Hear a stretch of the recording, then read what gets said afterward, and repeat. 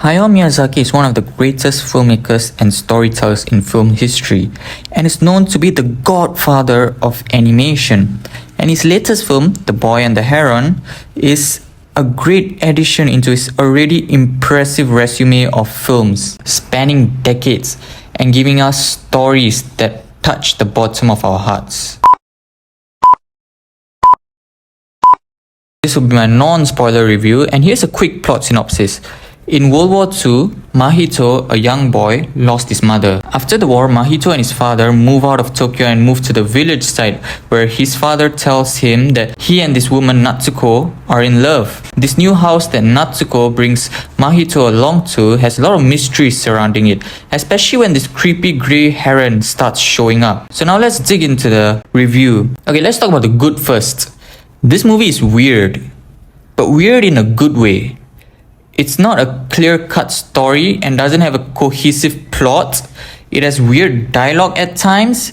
There are strange decisions made by characters, strange characterizations, a lot of things and unexplained questions. Also weird visuals. But I think those are all good, especially with the intent of this film. I believe the intent of this film was to convey a message rather than telling us a cohesive plot or a story, and I think it did really well with that. So a 1937 novel by Genzaburo Yoshino called How Do You Live was referenced in this movie.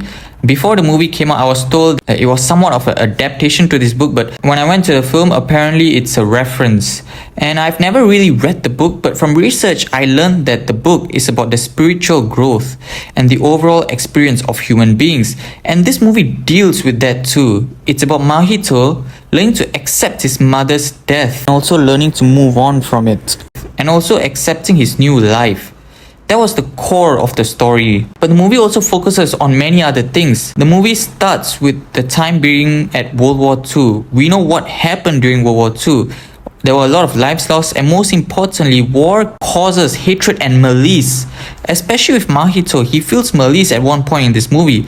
So I think if you go into the movie with the mindset of trying to unravel the themes, topic, messages, ideas that Hayao Miyazaki was trying to convey, then you would probably appreciate this movie better than trying to go into the film and trying to understand the plot itself. So from watching this film, it looked like a very personal film by Hayao Miyazaki, and I think this might be his most personal film that he's ever made heretofore. I believe he took inspiration from certain events from his childhood, especially on events that happened right after World War II. This movie is also the culmination of all of Miyazaki's previous films.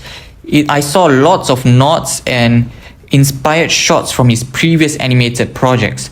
As a Miyazaki and Ghibli fan, seeing all those again just added to my enjoyment of the film. And I said this before, it's a personal film, so not just from his childhood, he also took from his previous works as well. When the movie wanted to be eerie and creepy, it actually really was, trust me. And it wanted to be beautiful, it was really gorgeous. And it was also comedic at times, and I don't know how that works, but it worked. The animation in this film is absolutely astounding. It's brilliant how the animation in a scene alone can convey so much meaning at times in this film. I don't know what it is, man, but something about the traditional 2D animation in this film just made my eyes widen and jaw drop. It is gorgeous. This is a really elegant movie that conveys messages that are very relevant for us today, even though the time period of this film was 1940s, and Miyazaki does so with taking inspiration from his personal life when he was young. It was just gorgeous to watch it. And last but not least, I like the payoffs in this film and the end also.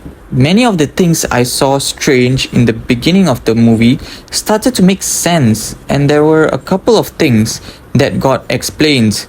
But still, there were a few unanswered questions. And I'm fine with that actually. I think they managed to answer all those questions that matter, that conveys the important ideas.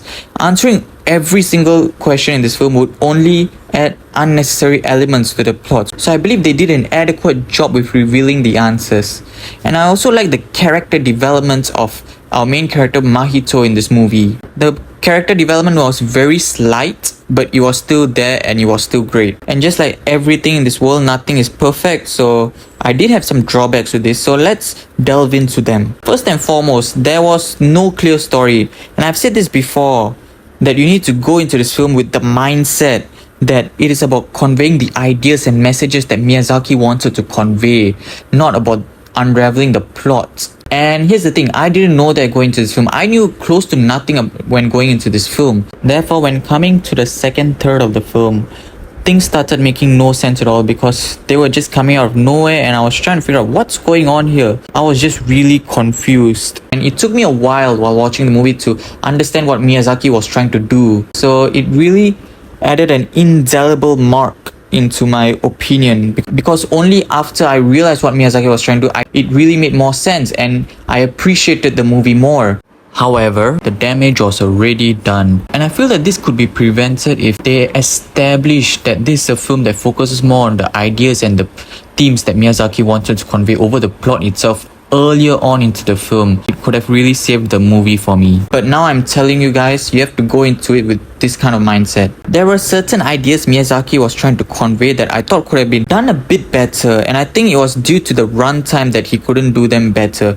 Especially topics of forgetting things, or even malice, and even passing on the torch to the next generation. All these could have been done and dealt better. In conclusion, it's a beautiful piece of work that relays ideas and messages and themes that are more mature as expected of a Ghibli film, despite being an animated film, which I really appreciate about Ghibli films. And despite being a 1940s time period in the film, it is still relevant today, and I really like what he was doing here. He's doing things that felt a bit more different compared to his previous work. This is not his best work, but still his most unique work. I'm going to give this film an 8.5 out of 10. And that's all for this video. If you like this video, click the like button if you want to see more subscribe to my channel, and see you guys next time. You guys are always the best.